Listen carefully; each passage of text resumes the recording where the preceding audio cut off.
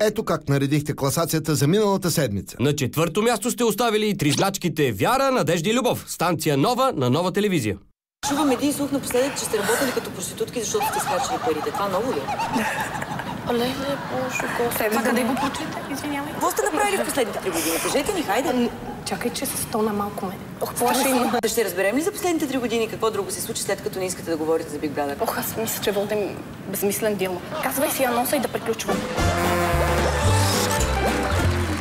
Място номер 3 е за кучешките ушички на Даниела Тренчева в календара на Нова телевизия. Отвличанията на породисти кучета се превърна в начин за борба с мизерията в Шумен. Като гледам какви симпатични ушички има Даниела Тренчева, си мисля, че и тя трябва да внимава някой крадец на кучета да не я отмъкне. Среброто грабва шефа на гара София и респектиращото му отношение към подчинените. Какво казах? Какво? Първо, че ще докараме други маневри да работят и после, че ще ни уволнят всичките. Ние трябва да държиме на имиджа на БДЖ-то и пътниците трябва да бъдат доволни. Първото място тази седмица. Ваши пък и наши любимци са двама братя роми. Опитали се да откраднат тенджура. Свободете се. Верно ли, че сте откраднали нещо? Не, бе. Това вино ваше ли? Да. И колко изпихте? Не знам кое що е. Аз не виждам малко. Откраднал е тенджера, доколкото разбрахме. Тенджера кой беше? Де да го знам. Аз съм малко пиян човек. Да, разбира се.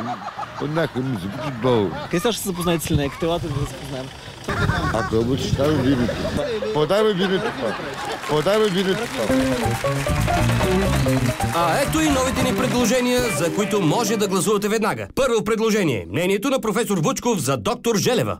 Още преди 3 месеца съм казал, че тя е негодна. Тя е много плитка жена. Тя говори общи приказки. Тя не може да анализира. Тя само почесва проблемите. Освен това, тя е въртилопашка. Второто ни предложение е за тази извозена репортерка. Броени дни преди столицата...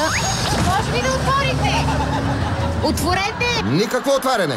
Карти и билети за проверка. Това са рисковете на професията. Броени дни преди столицата...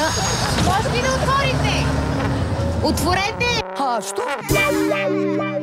Предлагаме на вашето гласуване нещо слузесто от Полетът нощта на БНТ 1. Правата на човека, което не се заслужава по принцип. Ужас! Ужас! Да, разбирам. Това дали да го повтаряме? Не знам, смешно ли е, гадно ли е? Толкова е гадно, че чак е смешно. Добре, с 2 думи ме нави. Което не се заслужава по принцип. Водещият Евгений Будинов толкова се стресна от тази гледка, че чак инстинктивно посегна да се изтрие. И последното ни предложение е за свещения език на Азис. Средновековната църква Свети Патка.